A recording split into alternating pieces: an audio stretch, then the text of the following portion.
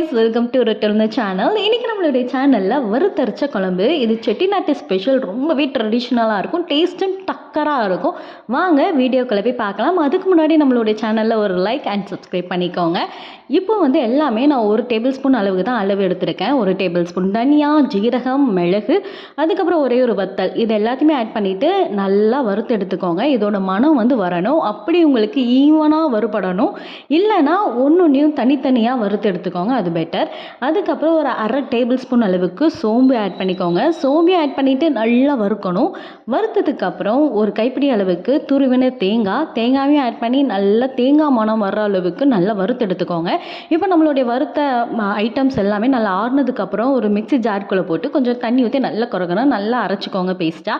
100 gram வெங்காயம், 50 gram தக்காளி, சின்ன வெங்காயம் தக்காளி எடுத்துக்கிட்டு இஞ்சி பூண்டு பேஸ்ட்டுக்கு எடுப்போம்ல, அதே மாதிரி எடுத்துக்கோங்க. அதுக்கப்புறம் ஒரே ஒரு சின்னதாக ஏலக்காய், கொஞ்சோண்டு ஒரே ஒரு லவங்கம், அதுக்கப்புறம் பட்டை கொஞ்சோண்டு, ஒரே ஒரு பிரிஞ்சி இலை, அதுக்கப்புறம் அந்த ஸ்டார் அனஸில் ஒரே ஒரு அனஸ் மட்டும் எடுத்துக்கோங்க. எடுத்து எல்லாத்தையுமே கொஞ்சம் தண்ணி ஊற்றி தான் பேஸ்ட் மாதிரி எடுத்துருக்கேன். அதுக்கப்புறம் ஒரு கடாயில் எண்ணெயை ஊற்றிட்டு எண்ணெய் நல்லா சூடானதுக்கப்புறம் நம்ம கட் பண்ணி வச்சுருக்கோம் சின்ன வெங்காயம், அதை ஆட் பண்ணிக்கலாம்.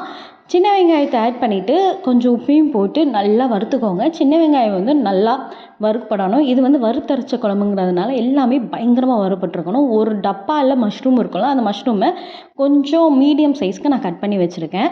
அதாவது ஒரு மஷ்ரூமை 6 துண்டாக எடுத்துக்கோங்க. இப்படி இருந்தால் 4 துண்டாக எடுத்துக்கோங்க. பெருசாக இருந்ததுன்னா 6 துண்டு, சின்னதாக இருந்ததுன்னா 4 துண்டாக எடுத்துக்கோங்க. இப்போ தக்காளியும் போட்டு நல்லா பேஸ்ட் ஆனதுக்கப்புறம் நம்ம இஞ்சி பூண்டு கொஞ்சம் தண்ணி ஊற்றி கொஞ்சம் ஒரு குழம்பு மாதிரி அரைச்சி வச்சுருக்கோம்ல, அதை இதுக்குள்ளே ஊற்றிட்டு நல்லா வறுத்துருங்க. நல்லா அது வதங்கணும். வதங்கி எண்ணெய்லாம் பிரிந்து அந்தளவுக்கு அந்த தண்ணியெல்லாம் சுண்ட இதாகணும், அந்தளவுக்கு இது பண்ணிக்கோங்க. ஏன்னா அது நீங்கள் என்னோடய மிக்ஸி ஜாரில் கொஞ்சம் தண்ணி ஊற்றினா தான் கொஞ்சம் நல்லா அரைப்படும். அதனால் நான் கொஞ்சம் தண்ணி ஊற்றுனதுனால கொஞ்சம் இதாகிருச்சு. இல்லைன்னா நல்ல ஒரு பேஸ்ட் மாதிரி நீங்கள் எடுத்துக்கிட வேண்டியதான். இது எல்லாமே நல்லா வறுபடணும், இல்லைன்னா கசப்பாக ஆயிரும் உங்களுக்கு. எல்லாம் வந்ததுக்கப்புறம் கொஞ்சம் மஞ்சத்தூள், கொஞ்சம் உப்பை ஆட் பண்ணிக்கோங்க. அதுக்கப்புறம் நம்ம கட் பண்ணி வச்சுருக்கோம்ல மஷ்ரூம், அது எல்லாத்தையுமே ஆட் பண்ணிக்கிட வேண்டியதான். மஷ்ரூமை ஆட் பண்ணிவிட்டு நல்ல ஒரு பரட்டு எடுத்துக்கோங்க.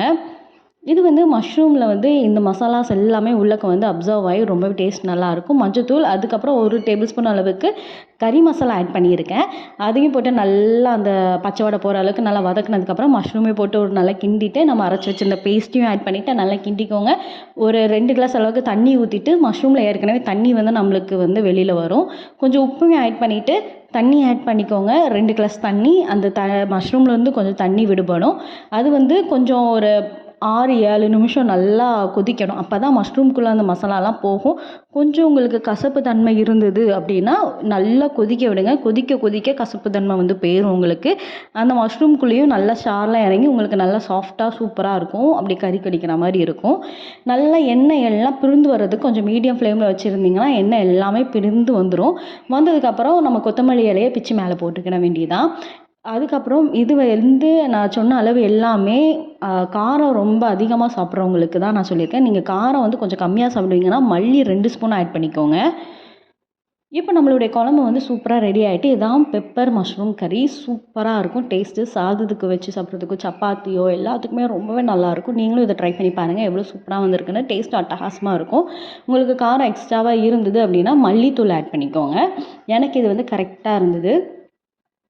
அப்படி இல்லைன்னா மேலே மல்லித்தூள் ஆட் பண்ணால் உங்களுக்கு திடீர்னு அந்த ஒரு மாதிரி ஸ்மெல் உங்களுக்கு வந்துடும். ஸ்மெல் வரக்கூடாது. அப்படி ஸ்மெல் வரும் அப்படிங்கிற பட்சத்தில் நீங்கள் தேங்காய் எண்ணெய் ஆட் பண்ணிக்கலாம். காரம் ரொம்ப அதிகமாக இருக்கிற பட்சத்தில் தேங்காய் எண்ணெய் நீங்கள் லைட்டாக மேலே ஆட் பண்ணிட்டீங்க அப்படின்னா தேங்காய் எண்ணெய் காரத்தை உங்களுக்கு வெளியில் காமிக்காது சாப்பிடாமச்சில். அவ்வளோதான், நம்மளுடைய கிரேவி இப்போ சூப்பராக ரெடி ஆகிட்டு செம்ம டேஸ்டியாக இருந்தது. எனக்கு இது ரொம்ப பர்சனலாகவே பிடிச்சிருந்தது. அதனால தான் இந்த வீடியோ உங்களுக்கு நான் ஷேர் பண்ணேன். நான் சொன்ன அளவில் கரெக்டாக பண்ணிங்கன்னா உங்களுக்கு அட்டகாசமாக வரும். நீங்களும் இதை ட்ரை பண்ணி பாருங்கள். வயல சுவை நாட்டியமாடும். ட்ரை பண்ணிவிட்டு எப்படி இருந்தது அப்படிங்கிறத கீழே கமெண்ட் பண்ணிடுங்க. டாடா, பாய்.